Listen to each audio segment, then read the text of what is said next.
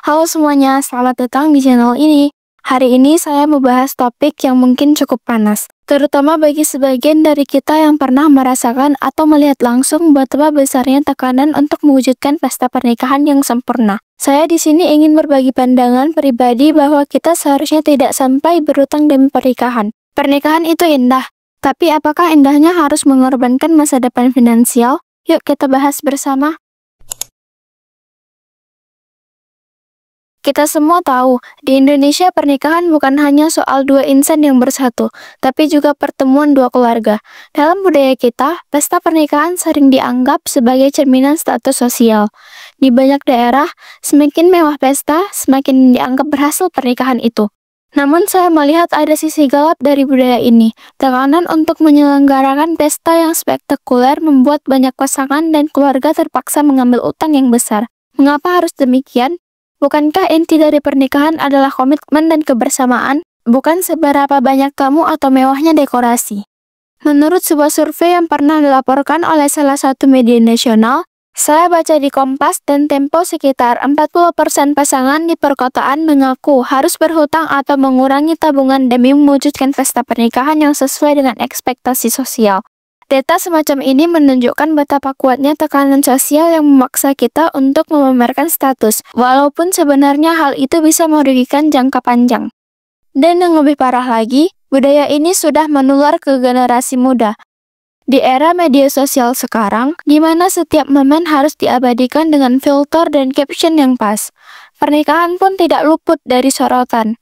Bukti nyata, banyak akun Instagram atau TikTok yang menampilkan pesta pernikahan super mewah, padahal di balik layar seringkali ada utang menumpuk. Saya pribadi merasa sedih melihat bagaimana tradisi ini telah berubah. Bukannya pernikahan menjadi momen kebahagiaan yang sederhana, malah jadi ajang untuk kekayaan. Lantas pertanyaannya, apakah kita rela mengorbankan kestabilan finansial demi semacam pamer kepada tetangga?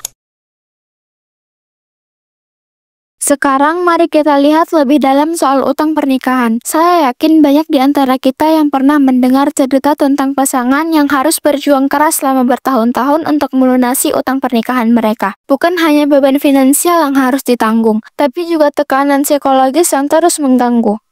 Pertama, utang memang bisa menjadi pisau bermata dua. Di satu sisi, utang mungkin terlihat sebagai solusi untuk mewujudkan pesta yang mewah, sesuai harapan keluarga dan masyarakat. Namun di sisi lain, utang itu membebani pikiran dan masa depan keuangan kita.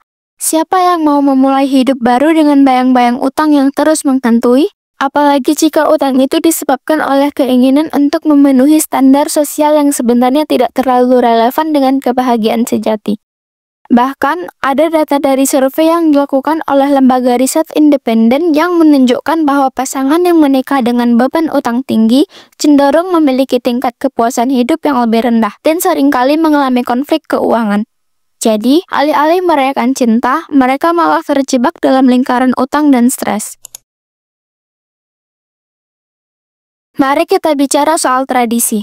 Di banyak budaya di Indonesia, pesta pernikahan yang mewah dianggap sebagai simbol keberhasilan dan kehormatan.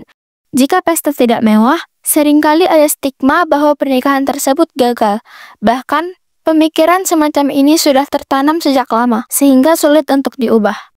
Saya pribadi merasa bahwa logika ekonomi seharusnya lebih diutamakan daripada sekedar memenuhi ekspektasi sosial. Kenapa kita harus berutang ribuan bahkan jutaan rupiah untuk sebuah pesta yang hanya berlangsung 1 hari? Menurut kamu budget ideal nikah tuh berapa sih? Catat nih buat cowok aku yang sekarang, aku minimal kalau mau nikah aku harus ada adatnya, resepsinya kira-kira beda nih sama yang ininya. Aku juga mau ada after party, lalu aku mau ngundang DJ juga, jadi minimal sekitaran 900 juta sampai 1 M lah. 900 ya, Kak? Iya, catet nih buat cowok aku, soalnya aku mau cepet-cepet nikah. Ada pula fenomena pernikahan konsumtif yang semakin marak di Indonesia. Dalam fenomena ini, bukan lagi nilai-nilai tradisional seperti kekeluargaan dan kesederhanaan yang diutamakan, melainkan tampak seolah-olah pernikahan menjadi ajang pamer kemewahan. Bukti nyata, banyak pengantin yang memilih paket pernikahan mahal meskipun kondisi keuangan keluarga tidak mendukung. Padahal banyak alternatif sederhana yang tetap bisa menciptakan momen indah tanpa harus mengorbankan stabilitas keuangan. Saya paham, dalam masyarakat kita ada tekanan besar dari lingkungan sekitar, baik dari keluarga, teman, maupun tetangga. Namun apakah benar kita harus menyerahkan kebahagiaan kita pada standar yang ditetapkan oleh orang lain? Mengapa tidak mencoba meredefinisi makna keberhasilan dalam pernikahan? Bukankah keberhasilan itu seharusnya diukur dari kebersamaan dan komitmen, bukan dari seberapa mewah pesta yang diadakan? Aku ketemu kasusnya pasangan yang datang ke kantor udah mau nangis, istrinya lagi hamil 7 bulan, gak punya uang, utangnya banyak sekali. Nah, kita bongkar, kan harus nyari datanya kan. Coba ini tuh utangnya tuh dari mana? Ya ini dari biaya pernikahan. Nikahnya kapan? Orang istrinya udah hamil 7 bulan, nikahnya 3 tahun yang lalu. Masih ngutang. Jadi 3 tahun kemudian mereka masih jadi mereka waktu itu ingin menikah ala rockstar. Yang pakai party sesuai dengan mereka inginkan, yang hits gitu deh. Pokoknya kalau zaman dulu ada Instagram tuh pasti yang likes-nya banyak banget gitu. Ya, yang langsung kan? dapat ini ya Kalau selebgram kan mungkin disponsorin gitu pernikahannya. Ini enggak, karena aspire to be that, dia biayain sendiri. 3 tahun kemudian pernikahannya juga udah selesai pestanya. Istrinya lagi hamil 7 bulan, mereka berdua lagi dalam posisi ketakutan karena nanti anak ini lahir dengan posisi mereka gak punya uang sama sekali. Karena biaya resepsi mereka. Salah satu pasangan mengungkapkan bahwa selama bertahun-tahun, mereka hidup dengan bayang-bayang utang pernikahan yang mencapai 150 juta rupiah. Kondisi ini tidak hanya mempengaruhi kondisi keuangan mereka, tapi juga menimbulkan kecemasan yang berkepanjangan. Bayangkan saja, mulai dari cicilan bulanan hingga ketakutan akan masa depan finansial yang tidak pasti. Saya benar-benar tidak setuju dengan pemikiran bahwa pesta pernikahan harus selalu mewah. Menurut saya, pernikahan adalah momen sakral yang seharusnya dirayakan dengan kehangatan, kebersamaan, dan kesederhanaan, bukan dengan tekanan finansial yang mengorbankan masa depan. Saya pernah melihat banyak contoh di mana pasangan yang terjebak dalam utang pernikahan justru harus menunda impian lain, seperti membeli rumah atau memulai usaha bersama. Apa gunanya pesta yang megah jika kemudian harus mengorbankan stabilitas hidup dan masa depan keluarga?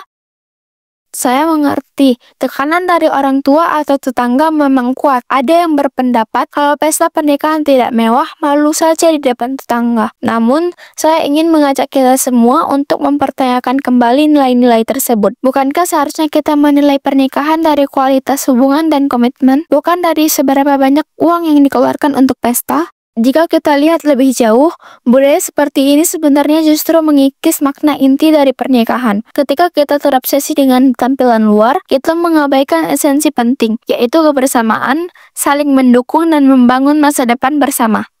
Bayangkan, alih-alih merayakan cinta, kita malah terjebak dalam lingkaran konsumtif yang merusak stabilitas ekonomi keluarga.